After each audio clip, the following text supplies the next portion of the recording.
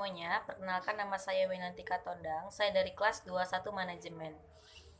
Di sini saya akan mempresentasikan hasil ringkasan saya pada bab 8 yang berjudul Uang, Institusi Keuangan, dan Penawaran Uang. Yang pertama, salah satu ciri penting dari suatu perekonomian modern adalah dalam kegiatan ekonomi berlaku spesialisasi dan pertukaran. Pertukaran yang efisien disebabkan oleh penggunaan uang sebagai perantara dalam tukar-menukar. Oleh sebab itu, definisi uang selalu dihubungkan dengan fungsi uang sebagai perantara dalam tukar-menukar.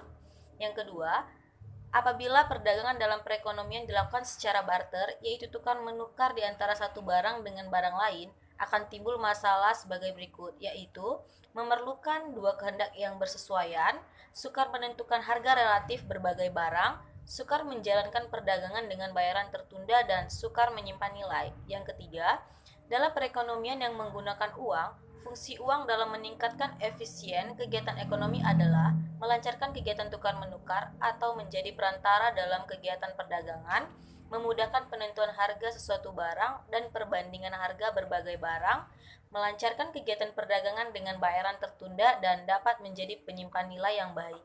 Yang keempat, uang sebagai perantara dalam kegiatan perdagangan perlu diterima masyarakat. Oleh sebab itu, benda yang digunakan sebagai uang perlu mempunyai sifat khusus. Ciri-ciri yang perlu dimiliki oleh uang adalah nilainya tetap, mudah dibawa, barangnya tahan lama, jumlahnya terbatas, dan kualitasnya harus seragam. Pada awalnya, benda yang digunakan sebagai uang adalah benda-benda penting yang digunakan dalam masyarakat primitif. Pada tingkat perkembangan masyarakat yang berikutnya, emas dan perak digunakan sebagai uang dalam beberapa abad belakangan ini. Berkembang penggunaan uang kertas. Dalam ekonomi modern, jenis uang yang terpenting adalah tabungan giral, yaitu tabungan di bank umum yang dapat diambil dengan menggunakan cek.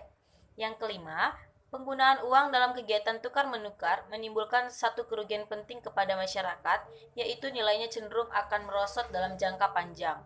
Nilai uang berhubungan secara berbalikan dengan tingkat harga, yaitu kenaikan harga-harga akan menurunkan nilai uang. Yang keenam, penggunaan uang dalam perekonomian mendorong kepada perkembangan institusi keuangan dan sistem bank.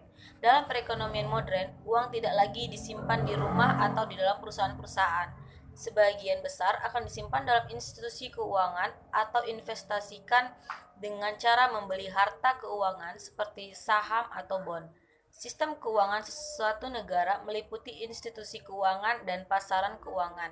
Institusi keuangan yang utama adalah bank sentral, bank perdagangan, finance company, merchant bank, perusahaan asuransi, dan bank tabungan. Sedangkan yang tergolong sebagai pasaran keuangan adalah pasaran uang, pasaran modal, dan pasaran saham serta pasaran mata uang asing. Yang ketujuh, institusi yang paling penting dalam suatu sistem keuangan adalah bank sentral dan bank perdagangan atau bank umum. Bank sentral adalah bank yang didirikan oleh pemerintah dan diberi tanggung jawab untuk mengawasi kegiatan sebagai institusi keuangan dan pasaran keuangan.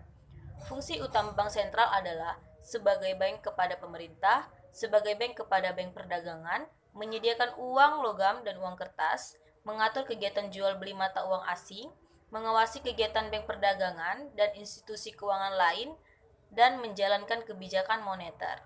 Yang ke-8, kegiatan perdagangan dalam perekonomian dan berbagai aspek dari kegiatan dalam suatu perekonomian menjadi bertambah efisien sebagai akibat dari kegiatan bank perdagangan. Bank perdagangan merupakan institusi keuangan yang paling penting oleh karena ia bukan saja bertindak sebagai pengumpulan tabungan masyarakat, tetapi juga dapat menciptakan salah satu komponen dari penawaran uang, yaitu tabungan giral. Tabungan giral wujud sebagai akibat seseorang menyimpan uangnya di bank perdagangan dan bank perdagangan memberi pinjaman kepada pelanggan.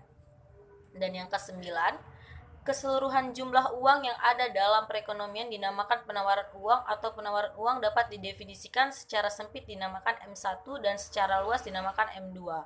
M1 terdiri dari uang dalam edaran atau terdiri dari uang kertas dan uang logam dan tabungan giral. Sedangkan M2 meliputi M1 tambah deposito berjangka dan tabungan dalam bank perdagangan. Tabungan dan deposito berjangka dinamakan juga sebagai uang kuasi atau kekayaan mudah tunai. Oke, sekian dari saya. Mohon maaf apabila ada kata yang salah. Terima kasih.